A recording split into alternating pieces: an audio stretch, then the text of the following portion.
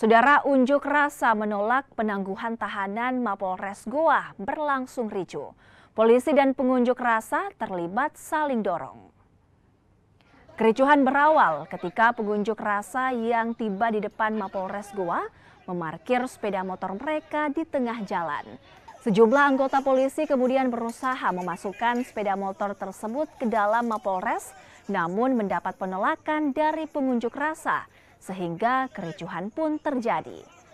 Seorang pengunjuk rasa yang diduga sebagai provokator langsung ditangkap polisi. Untuk menghindari kericuhan membesar, aparat Polres Goa berusaha menenangkan dengan mengizinkan pengunjuk rasa menyampaikan orasi. Pengunjuk rasa menolak penangguhan penanganan seorang terduga pelaku penipuan dan penggelapan mobil rental. Usai menyampaikan orasi, pengunjuk rasa membubarkan diri dengan tertib. Aparat kepolisian hari ini itu seakan-akan melanggar ataupun membatasi demokrasi rintar sekalian.